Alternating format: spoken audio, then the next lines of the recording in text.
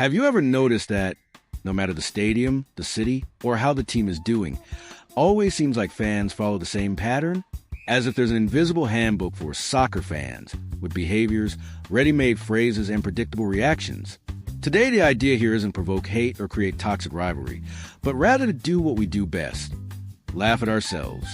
Because deep down, everyone who loves soccer has identified with at least one of these stereotypes. And if you say you haven't, well, maybe this video is exactly about you. Soccer in Brazil isn't just a sport. It's a family inheritance. It's a weekly routine. It's superstition. It's accumulated emotion. And each fan base has developed, over the years, its own personality. Not because someone decided it, but because victories, defeats, championships, relegations, and historic moments shape the way people support their teams. So take a deep breath. Set aside your team loyalty for a few minutes and come understand why certain attitudes repeat themselves so much in the stands, in bars, and especially on social media. Let's start with one of the most talked about fan bases in the country. The Flamengo fan stereotype is usually that of the confident supporter, sometimes even overconfident. They're the ones who enter any championship believing the title is already secured. For them, winning isn't exactly an achievement, it's an obligation.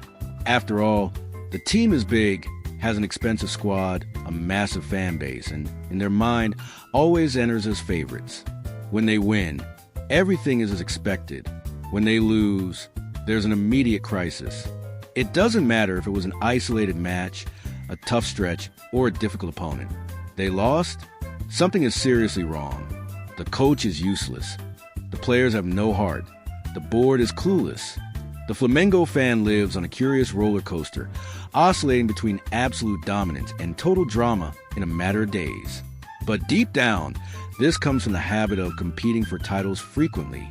Those who get used to winning start demanding more. That's where the stereotype is born. The Corinthians fan, on the other hand, carries a very different label. They're frequently seen as a suffering supporter, the one who endures everything. And it's not without reason. Pride and suffering is part of the identity. For the Corinthians fan, supporting the team isn't just about celebrating victories. It's about staying when no one else believes. There's almost a silent pact between the club and the fan base. It can hurt, it can be difficult, but giving up is not an option. This fan takes pride in singing when the team is struggling, in filling the stadium during bad phases, and in turning pressure into fuel. The stereotype of the true Corinthians fan comes from this intense relationship, almost emotionally draining, but extremely loyal. They don't promise titles, they promise presence. And perhaps that's why, when they win, the celebration carries a different weight. The Palmeiras fan, in turn, usually carries the stereotype of the distrustful supporter. No matter the team's phase, the squad, or the lead on the scoreboard, there's always a fear that something will go wrong. It's as if the Palmeiras fan has learned, over time, to never celebrate before the final whistle. They see a comfortable lead and think about how it could be lost. They see a good phase and remember seasons when everything suddenly fell apart. From there comes a reputation for conspiracy theories, distrust of referees, and that constant feeling of calm down. It's not over yet. It's not pure pessimism. It's emotional self-protection. The Palmeiras fan stereotype is born from the fear of building up too much expectation and ending up frustrated afterwards. The Sao Paulo fan generally appears as a nostalgic supporter.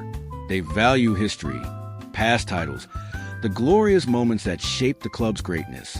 In any discussion, sooner or later, someone will bring up the international achievements, the victorious eras, and the legendary teams. It's not that the Sao Paulo fan lives exclusively in the past, but they use the past as a constant reference. When the present doesn't please, history becomes a shield. The stereotype emerges because the club had extremely dominant phases, and that creates a difficult standard of comparison to maintain. For the fan, respecting the past is a way to keep the team's identity alive, even when current results don't match expectations. The Vasco fan is frequently portrayed as a resilient supporter, almost resistant to any adversity. They believe when few believe, suffer when many have already given up, and remain when the path seems most difficult. There's a curious romanticism in Vasco's fan base, a mix of stubborn hope with unconditional love. Each new championship brings a sense of new beginning, that now it will happen. Even after frustrations, the Vasco fan allows themselves to dream again. The stereotype of the faithful sufferer is born precisely from this ability to emotionally rise again, season after season, keeping the bond of the club above any result. When we look at other traditional fan bases in the country, the patterns keep appearing. The Gremio fan is usually associated with fighting spirit, commitment, the idea that the team never gives up. The Internacional fan often carries a feeling of always fighting against something bigger, whether it's local rivalry or external context. The Atlético Mineiro fan is seen as emotional, intense, living each match as if it were decisive. The Cruzeiro fan, especially in recent years, has become associated with rebuilding, forced patience, and the expectation of better days. None of these stereotypes come out of nowhere. They're all shaped by stories, cycles, and collective experiences. The most interesting thing is noticing how these behaviors repeat not only in the stadium, but in bar conversations, message groups, and social media. The phrases are almost always the same. This time it will happen. This year is ours. We were robbed. The problem is the coach. Next year will be better. Soccer creates an emotional script that the fan follows without even realizing it. And this isn't something negative. On the contrary, it's precisely this emotional predictability that makes soccer so human, so close, and so passionate. In the end, every fan is a mix of hope, fear, pride, and memory. Stereotypes exist because they make identification easier. You see a behavior and think, that's so typical of that fan base. But if you're honest with yourself, you'll realize that at some point you've acted exactly the same way, regardless of which team you support. Team loyalty changes the badge, but the emotion is universal. And maybe that's soccer's greatest charm. It divides us by colors, but unites us in feelings.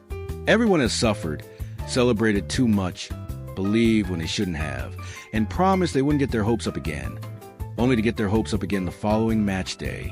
The stereotypes of Brazilian fan bases don't serve to label, but to remind us that deep down, we all experience soccer in an intense, exaggerated, and passionate way. And that's exactly why it never loses its appeal.